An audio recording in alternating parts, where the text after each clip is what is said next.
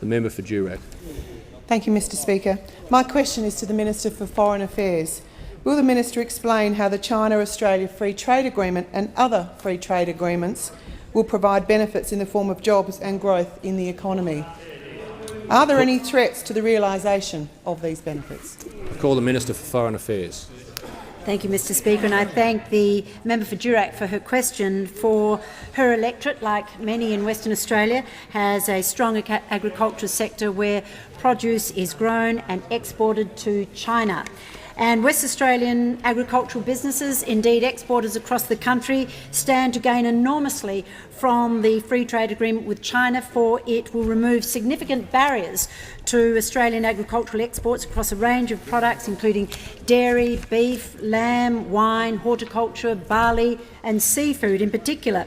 Now, the three agreements negotiated by this government with China, with Japan and South Korea are an unprecedented investment in Australian jobs and in Australia's economic future. This trifecta covers an extraordinary 52% of all of our exports, and the benefits are already flowing from the Japan and Korea agreements. Now our exporters and producers, from dairy farmers to pharmaceutical producers, are waiting on entry into force of the China agreement, when tariffs will be slashed on around 95% of our exports into our biggest market. But the biggest threat to the realisation of all these benefits is in fact the Leader of the Opposition.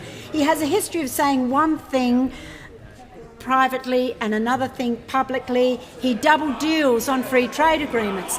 And let me point this out.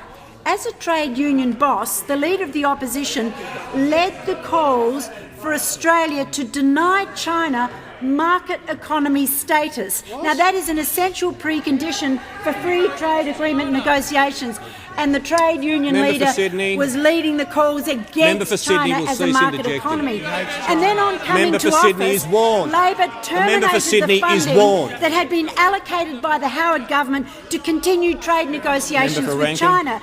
Labor ripped out the necessary negotiating resources, not only from the Department of Foreign Affairs and Trade, but from the Department of Agriculture, from Immigration, from Finance, from Treasury, from Education, from Attorney Generals, from Communications and from IP Australia. They took the necessary funding away so that our officials could not continue to negotiate the free trade agreement. So if Australians want to know, while these vital free trade agreement negotiations went nowhere under Labor, why our competitors were given a head start in the Chinese market, and why Labor is now stalling, they need to look no further than Labor's double-dealing on this issue. So Labor fails to realise that we are at an economic juncture.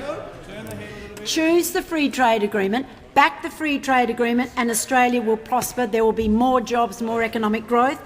Choose to stall and renegotiate, and the offer will no longer exist. Labor and the trade unions have done everything possible to prevent the finalisation of a free trade agreement with China, and that affects our prosperity, our jobs.